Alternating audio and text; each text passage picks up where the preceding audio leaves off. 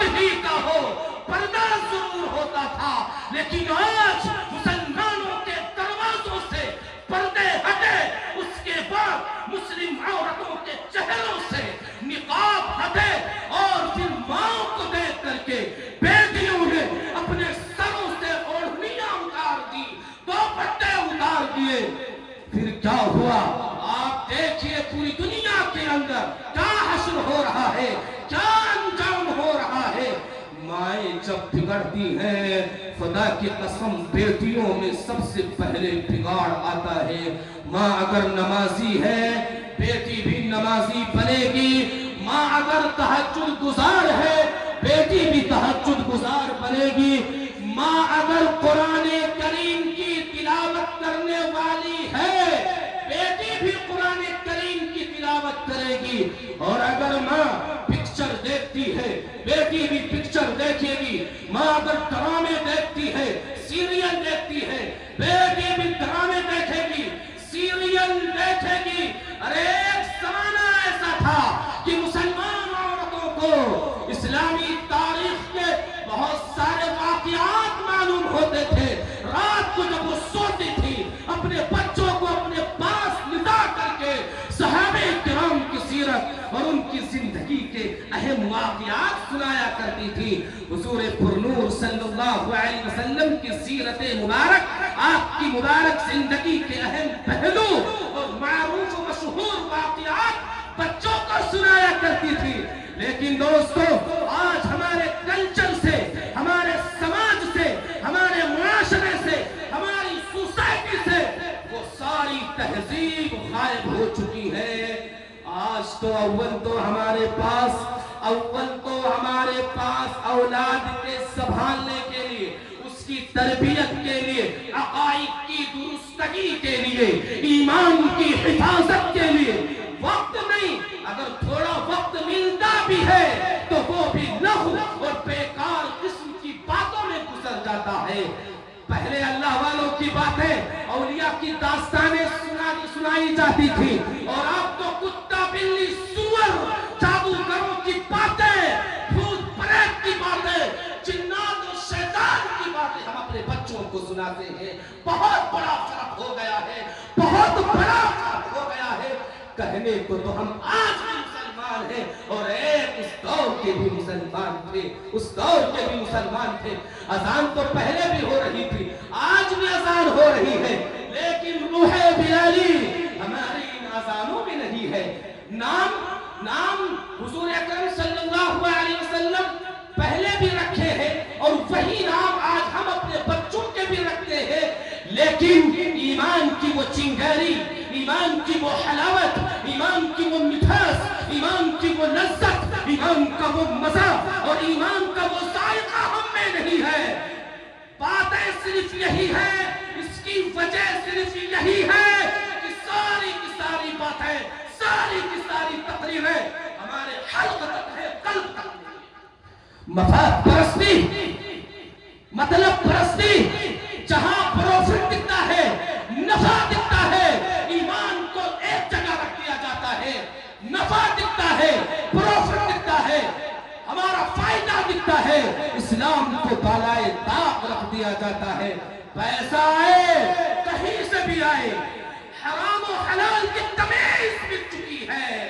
شک و شبہ کا کھانا کھانے میں کوئی کراہیت محسوس نہیں کرتے۔ بس پیسہ آ جائے، کہیں سے بھی آئے، کسی بھی طریقے سے آئے، آنا چاہیے، کام چلے، پیسہ رہے، ایمان رہے یا نہ رہے، اس کی کوئی پرواہ نہیں۔ جب قوم کا یہ حال ہوگا، ظاہر ہے ایمان خود بخود ضعیف اور کمزور ہو جائے گا۔ آج یہی دور ہے، آج ہم اسی بات کا رونا رو رہے ہیں کہ ہماری کمائیوں میں برکت نہیں ہے، بیوی ہمیشہ بیمار رہتی ہے، بچے بیمار رہتے ہیں، ہم جہاں نوکری کرتے ہیں صحیح سلوک ہمارے ساتھ نہیں کیا جاتا، ہم جو کچھ بھی کماتے ہیں مقدمے میں چلا جاتا ہے۔ نبی علیہ السلام کا فرمان ہے کہ شک و شبہ کا مال اور وہ مال جو ناجائز ہے، بیماریوں میں، مقدمات میں، چوریوں میں چلا جاتا ہے۔ حضور اکرم صلی اللہ علیہ علیہ وسلم سے شیطان نے کہا تھا یا رسول اللہ صلی اللہ علیہ وسلم اگر لوگ حرام کھانا چھوڑ دیں تو میں بھوک سے مر جاؤں گا. وہ لوگ جو حرام کھاتے ہیں میرے دوست ہیں, میں انہی کے گھر میں رہتا ہوں, انہی کے گھر میں کھانا کھاتا ہوں, انہی کے ہاتھ سے کھاتا ہوں, انہی کے گھر میں سوتا ہوں. مسلمانوں ہمیں اور آپ کو اپنا محاسبہ اور اپنا موازنہ کرنا چاہیے.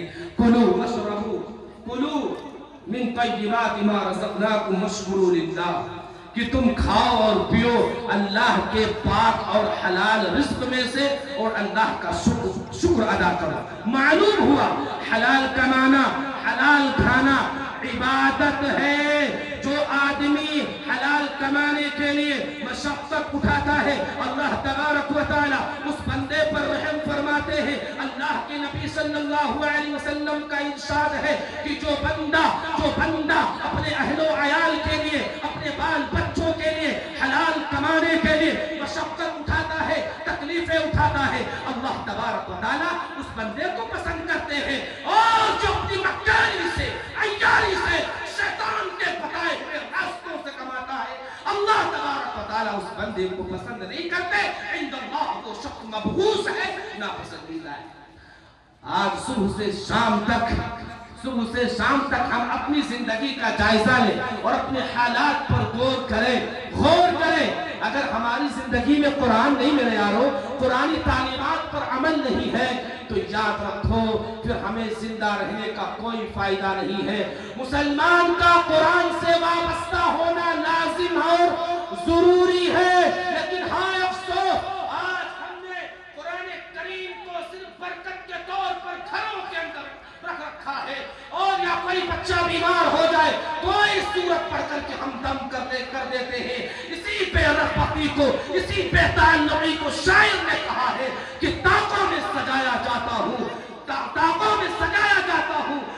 آنکھوں میں لگایا جاتا ہوں, تعویذ بنایا جاتا ہوں, دھو کے پلایا جاتا ہوں, جستان حریر و ریشم کے اور پھول ستارے چاندی کے, پھر عطر کی بارش ہوتی ہے, خوشبو میں بسایا جاتا ہوں. جس طرح طوطا مینا کو کچھ بول سکھائے جاتے ہیں اس طرح رٹایا جاتا ہوں, اس طرح سکھایا جاتا ہوں.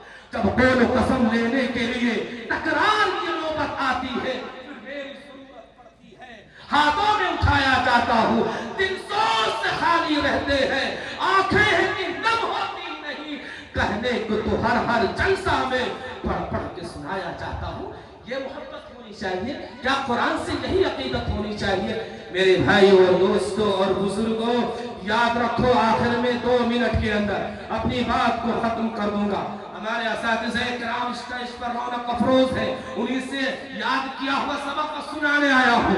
یاد رکھو ان تمام گارجن کو, ان تمام ذمہ داروں کو میں تنبیہ کرنا چاہتا ہوں جن کی ماتحتی کے اندر ان کے بچے زندگی گزار رہے ہیں. آج ہماری بیٹی ڈیزائن میں فرسٹ, ہماری بیٹی کپڑے کی کٹنگ کرنے میں فرسٹ, ہماری بیٹی مہندی رکھنے میں فرسٹ, ہماری بیٹی کھانا پکانے میں فرسٹ. قرآن آئے یا نہ آئے, قرآن یاد رہے یا نہ رہے, دینی مسائل یاد رہے یا نہ رہے, اس کی کوئی ضرورت نہیں ہے. بس کھانا پکانا آنا چاہیے, بہترین کپڑا کٹنگ کرنا آنا چاہیے, ڈیزائن ماسٹر بن جانا چاہیے. یاد رکھو اسلام کی مقدس شہزادیوں, میں آپ کے توسط سے آپ کے ماں باپ کو میں کہنا چاہتا ہوں کہ کل قیامت کے دن جب باپ کو کوڑے لگیں گے اور اللہ تبارک و تعالیٰ پوچھے گا کہ تم نے اپنی بیٹی کی پرورش کی تھی, تم نے اس کو دنیا کے تمام علوم و فنون سکھائے, تم نے اسے دین نہیں سکھایا. دنیا کا کوئی بھی بڑا انسان ہو, وزیر ہو, امیر ہو, انجینئر ہو, ماسٹر ہو, اگر اس کی اولاد نے قرآن و سنت کا علم حاصل نہیں کی ہے, یاد رکھو ہماری ماں اور بہنوں کو توجہ دینے کی ضرورت ہے. ایک دن آئے گا جب حرام کا پلہ لے کر کے آگے تمہیں تحفہ دے گی. اس صحیفے کی صحیفوں میں, اس صحیفے کی صحیفوں میں نرالی شان ہے, اس کے ہر نفس میں عرفان ہی عرفان ہے. ارے بجھ نہیں سکتا کسی سے قرآن کا چراغ. آدھیوں خود آزما لو, سامنے میں میدان ہے. وآخر دعوانا ان الحمدللہ.